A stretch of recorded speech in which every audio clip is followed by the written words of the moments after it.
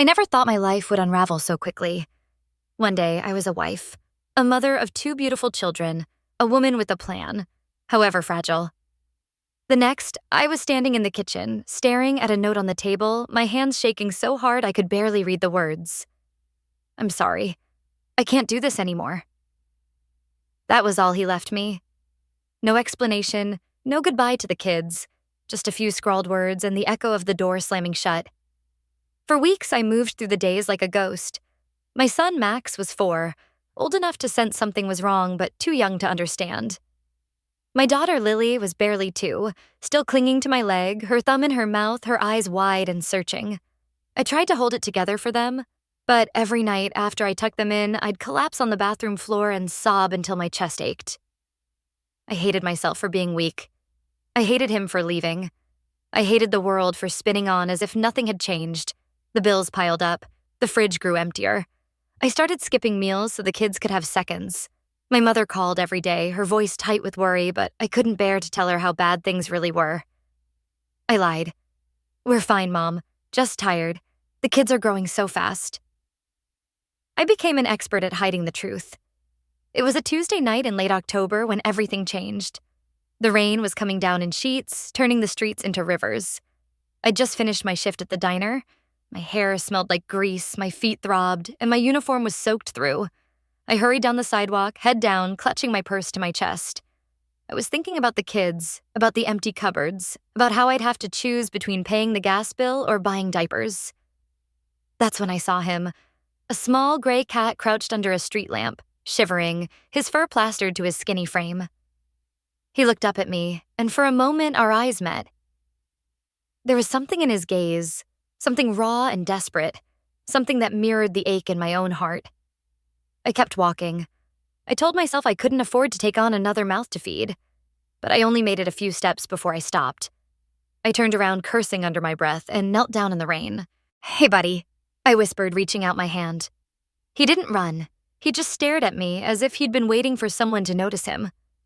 I scooped him up, tucking him inside my coat. He was so light I could feel his bones through his fur. He didn't struggle. He just pressed his head against my chest and closed his eyes. When I got home, the kids were already asleep. I dried the cat off with an old towel and set him on the couch.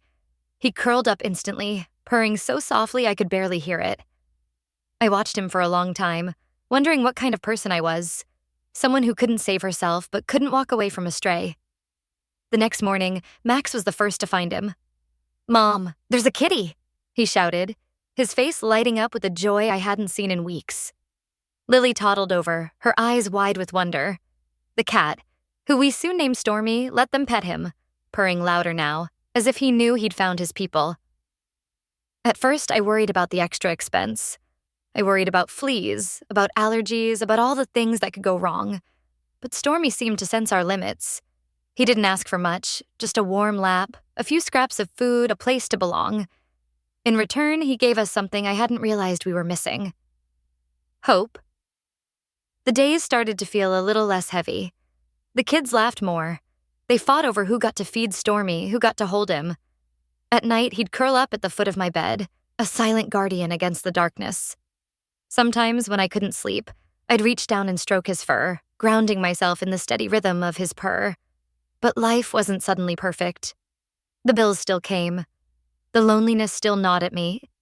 There were days when I wanted to scream, to run away, to disappear.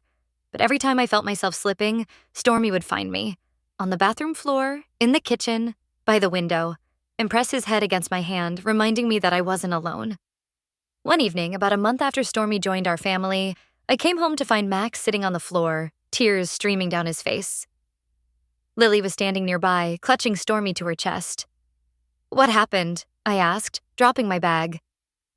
"Max said Daddy's never coming back," Lily whispered, her voice trembling. I knelt down, pulling them both into my arms. "It's okay to be sad," I said, my own voice shaking. "But we're still a family. We have each other. And we have Stormy." Max sniffled, wiping his nose on his sleeve. "Do you think Stormy misses his family too?" I looked at the cat, who was watching us with those wise, golden eyes. "Maybe," I said softly, "but I think he's happy to have found us." That night, after the kids were asleep, I sat on the porch with Stormy in my lap, listening to the rain. I thought about all the things I'd lost, the dreams, the security, the man I thought I loved. But I also thought about what I'd gained: resilience, a deeper love for my children, and a strange, beautiful cat who had wandered into our lives at exactly the right moment. As the months passed, our little family grew stronger. I picked up extra shifts at the diner. I learned how to stretch a dollar, how to fix a leaky faucet, how to comfort a child in the middle of the night. The kids started school, made friends, brought home crayon drawings of our family, always with Stormy in the center, his tail curled around us all. We started taking in other strays: an old dog with a limp, a rabbit someone had abandoned in the park, even a pair of parakeets. Our apartment was small and noisy and often chaotic, but it was filled with life. The loneliness that had once threatened to swallow me whole was replaced by a kind of messy, joyful chaos. But the real miracle came one winter afternoon, nearly a year after Stormy found us. The kids were playing in the park, bundled up in their coats and scarves. I was sitting on a bench watching them when I saw Lily wander too close to the street. I called out to her, but she didn't hear me. A car was coming fast, its tires skidding on the icy road. Before I could move, Stormy darted across the grass, faster than I'd ever seen him move. He leapt in front of Lily, hissing and arching his back. The car screeched to a halt, missing them by inches. I ran to them, my heart pounding, tears streaming down my face. Lily was shaking but unharmed. Stormy rubbed against her legs, purring as if nothing had happened. That night, as I tucked the kids into bed, Max looked up at me. "Stormy's our hero," he said, his voice full of awe. I nodded, my throat tight with emotion. "He saved us," I whispered. "All of us." Lying in bed, Stormy curled up beside me. I thought about how far we'd come. I thought about the night I found him in the rain, about the darkness that had threatened to swallow me whole. I realized that sometimes miracles don't come in the form we expect. Sometimes they're small and quiet and covered in fur. Sometimes they find us when we need them most. And sometimes they teach us how to love again. Spring came late that year, but when it did, it felt like a reward for surviving the storm. The world outside our window turned green and alive again. I found myself smiling more, humming as I packed lunches, even daring to dream about the future. The kids grew taller, braver, and Stormy, our little gray miracle, became a legend in our neighborhood. People would stop us on the street to pet him, to ask about the cat who saved a child. One evening, as the sun set in a blaze of gold, I sat at the kitchen table, sorting through a pile of unopened mail. There was a letter from my ex-husband, the first in almost a year. My hands trembled as I opened it, half expecting more pain. But the words inside were different this time. He apologized, not just for leaving, but for the way he'd made me feel invisible, for the years of small betrayals and the final, crushing one. He wrote that he'd heard about Lily, about Stormy, about how we'd survived. He said he was proud of me. I didn't know what to feel. Relief, anger, closure, maybe all of it at once. I folded the letter and put it away, realizing I didn't need his approval anymore. I had built something beautiful out of the ruins he left behind. That night, after the kids were asleep, I sat on the floor with Stormy in my lap.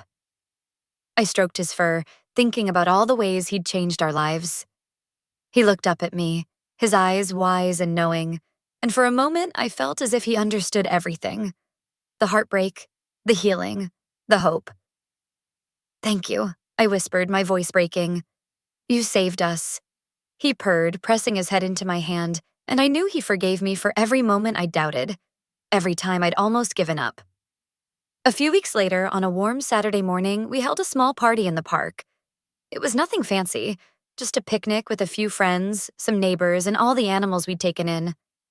The kids ran wild, their laughter ringing out across the grass. Stormy lounged in the sun, surrounded by people who loved him. As I watched my children play, I realized how much we'd grown. Not just older, but stronger, braver, more open to the world. We were a family, not because we were perfect, but because we'd chosen each other, again and again, even when it was hard. At the end of the day, as we packed up to go home, Max tugged at my sleeve.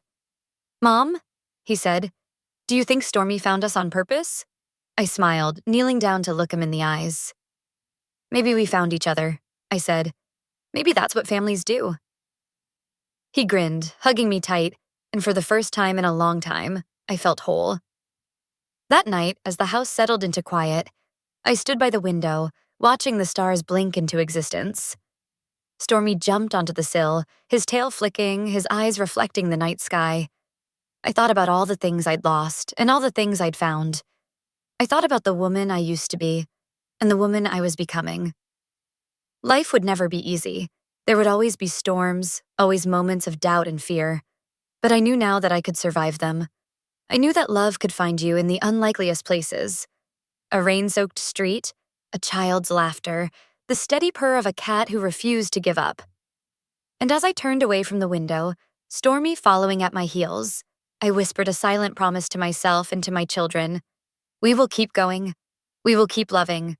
We will keep finding miracles, even in the darkest nights. Because sometimes the greatest miracles are the ones we create together.